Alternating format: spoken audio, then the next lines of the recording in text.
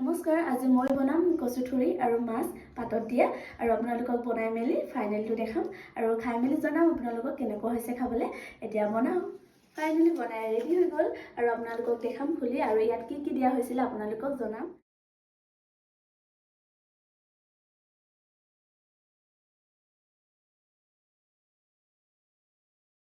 আমাৰ খানা ৰেডি হৈ গ'ল আৰু খাবলৈ বহুত যেন টেষ্টি হ'ব যেন লাগিছে আৰু এইফালে মই বনাইছিলোঁ জাতিলাও দালি আৰু মাছ বনাইছিলোঁ আৰু এতিয়া খাই দেখুৱাম আপোনাক। আৰু এইফালে আছিলে কচু আৰু মাছ আৰু সৰু বিলাহী দিছিলোঁ আৰু মান ধনিয়া দিছিলোঁ, আদা নহৰু আৰু জালুক অকণমান গুড়ি জালুক দিছিলোঁ আৰু খাবলৈ যেন টেষ্টি হ'ব যেন পাইছোঁ। গোন্ধ বহুত ধুনীয়া আহি আছে আৰু এতিয়া মই আপোনালোকক খাই মেলি জনাম কেনেকুৱা হৈছে।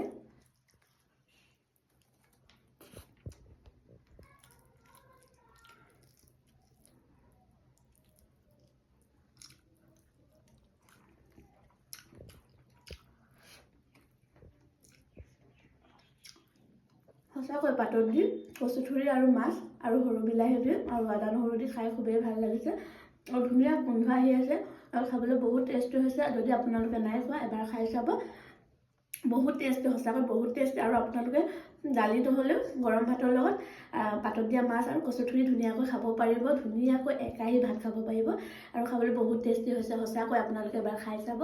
Bye bye.